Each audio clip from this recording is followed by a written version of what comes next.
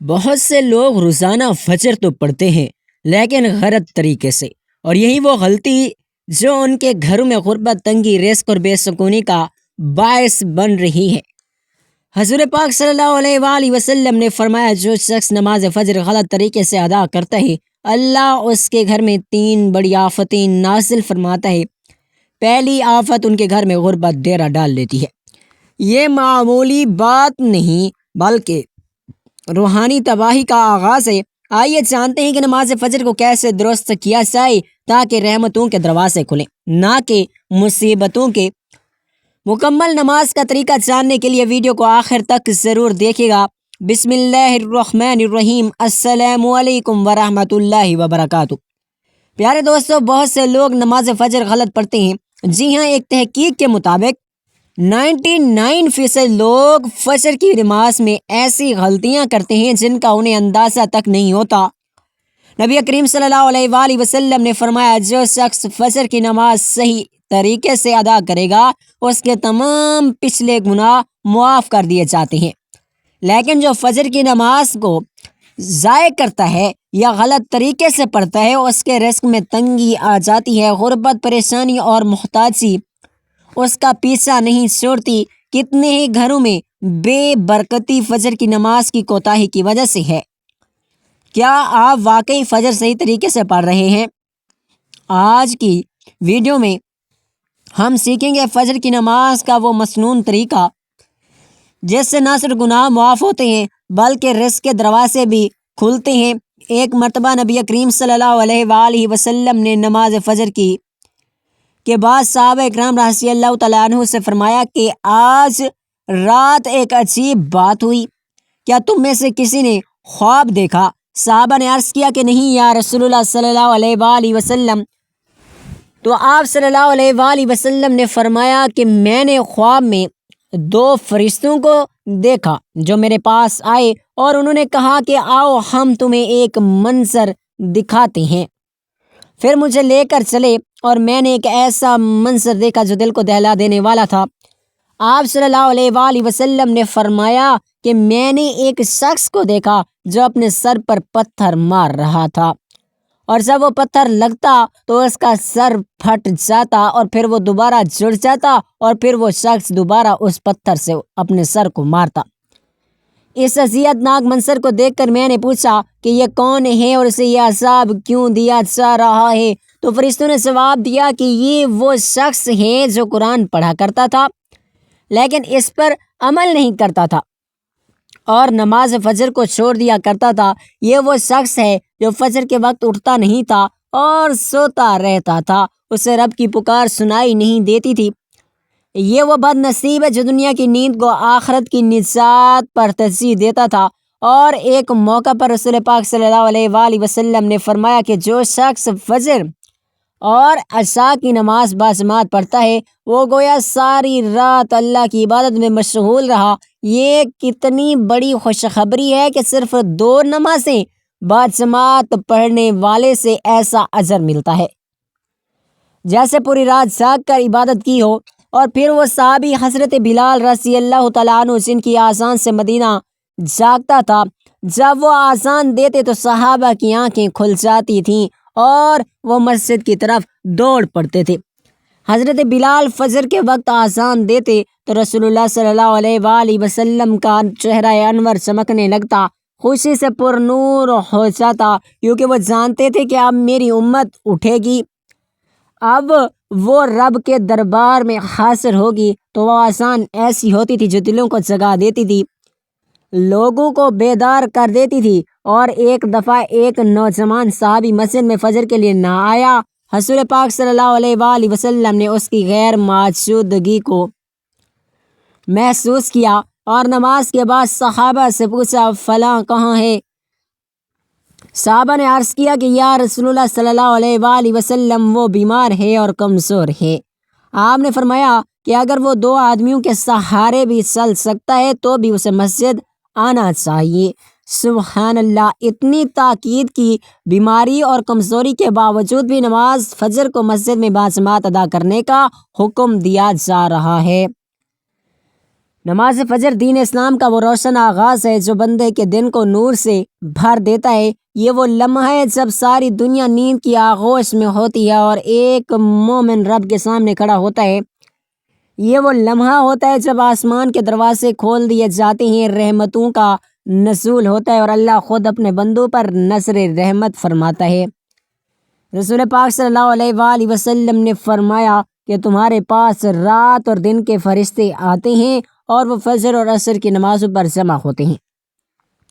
پھر وہ فرشتے جنہوں نے رات تمہارے ساتھ گزاری تھی وہ اوپر چلے جاتے ہیں۔ اللہ تعالیٰ ان سے پوچھتا ہے کہ حالانکہ وہ خود سب کچھ جانتا ہے کہ تم نے میرے بندے کو کس حال میں چھوڑا، وہ کہتے ہیں کہ ہم انہیں نماز پڑھتے ہوئے چھوڑ کر آئے ہیں اور نماز پڑھتے ہوئے ہی ان کو پایا۔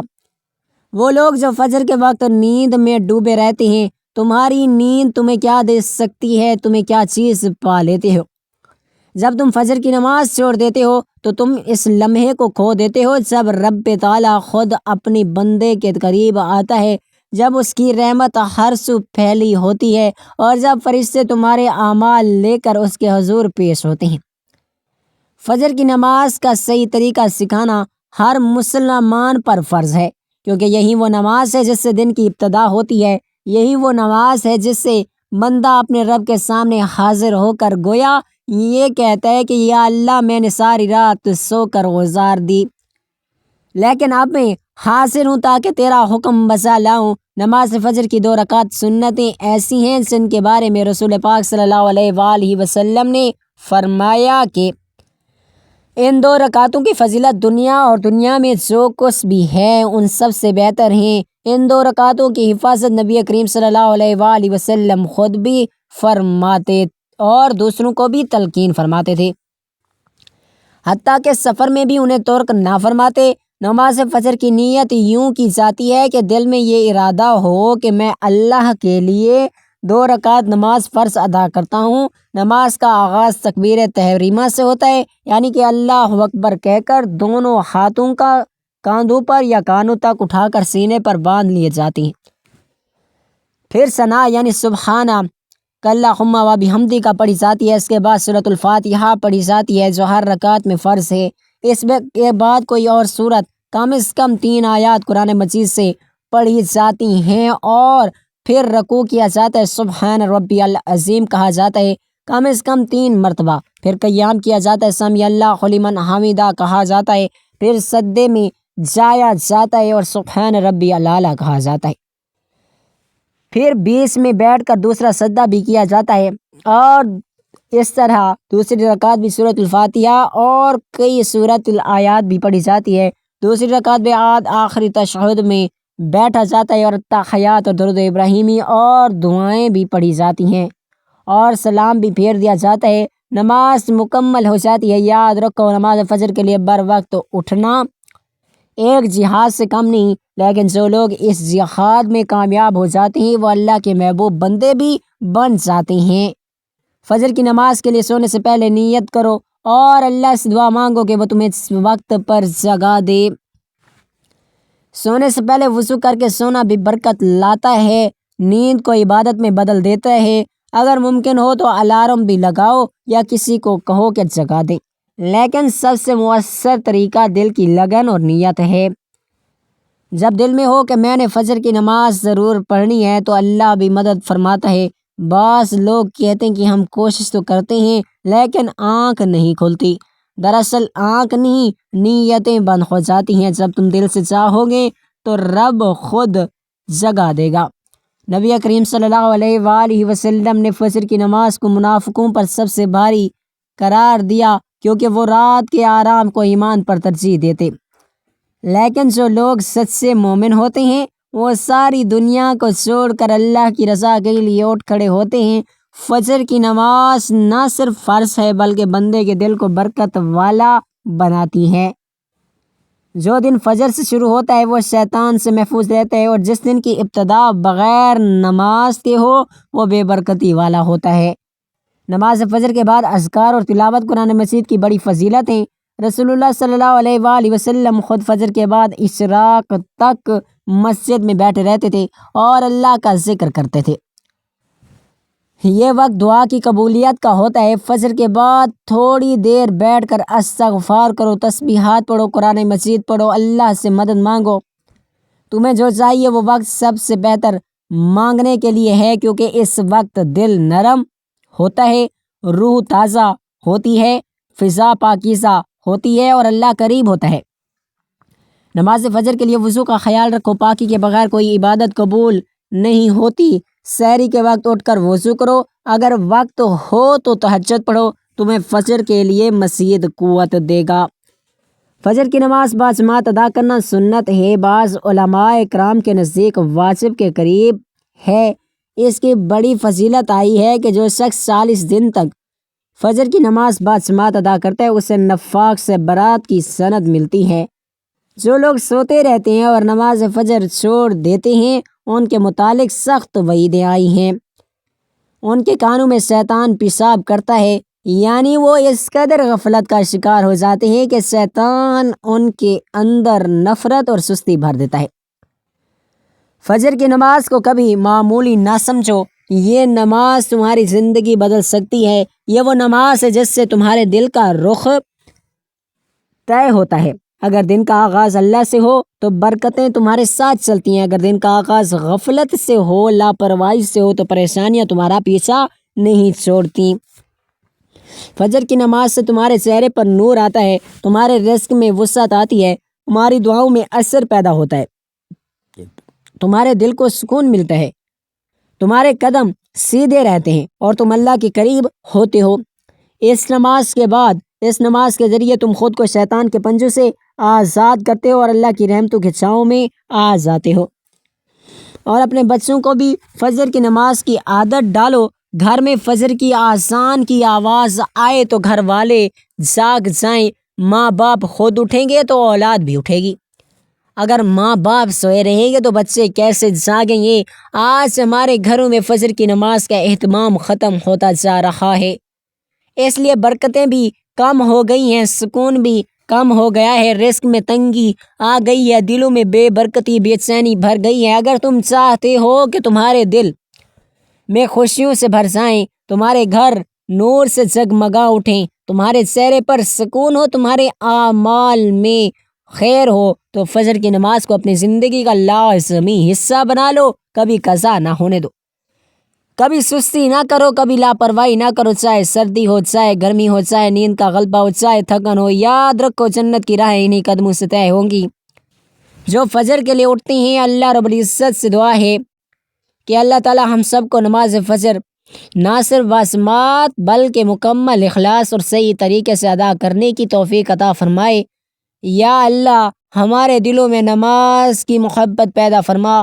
حضرت ابو ہریرہ رضی اللہ تعالی عنہ سے روایت ہے کہ آن حضرت صلی اللہ علیہ وآلہ وسلم نے ارشاد فرمایا، اللہ کے ہاں کوئی چیز اور کوئی عمل دعا سے زیادہ عزیز نہیں۔ اے رب العزت، اے ساری کائنات کے شہنشاہ، اے ساری مخلوق کو پالنے والے، اے زندگی اور موت کا فیصلہ کرنے والے، اے آسمانوں اور زمینوں کے مالک، اے پہاڑوں اور سمندروں کے مالک، اے جزیروں کے مالک، اے فرشتوں کے معبود، اے عزت اور ذلت کے مالک، اے بیماروں کو شفا دینے والے، اے بادشاہوں کے بادشاہ، اے اللہ ہم تیرے گنہگار بندے ہیں، تیرے خطا کار بندے ہیں، ہمارے گناہوں کو معاف فرما، ہماری خطاؤں کو معاف فرما۔ اے اللہ ہم اپنے اگلے پچھلے صغیرہ کبیرہ سبھی گناہوں، سبھی خطاؤں، سبھی نافرمانیوں کی آپ سے معافی مانگتے ہیں۔